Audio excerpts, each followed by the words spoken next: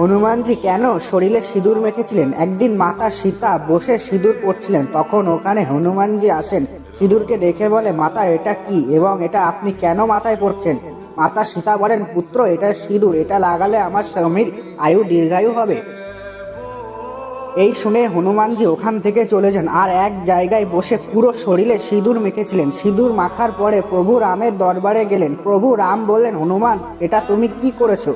হনুমানজি বললেন, মাতা বলেছিলেন সিঁদুর লাগালে আপনার জীবন দীর্ঘায়ু হবে।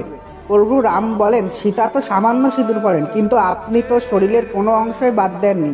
হনুমানজি বলেন, আমি ভাবলাম এটা আমি পুরো শরীরে মেখে দিলে আপনি চিরজীবন দীর্ঘায়ু হয়ে যাবেন আর আমাকে ছেড়ে কখনোই যাবেন না। হনুমানজির অটুট ভক্তিতে প্রসন্ন হয়ে প্রভু রাম বলেন, আজ মঙ্গলবারে তুমি এই শুভ কাজ করেছো, এই জন্য মঙ্গলবারে যে ভক্ত মন থেকে তোমাকে সিঁদুর দান করবে সে আমার আশীর্বাদ পাবে।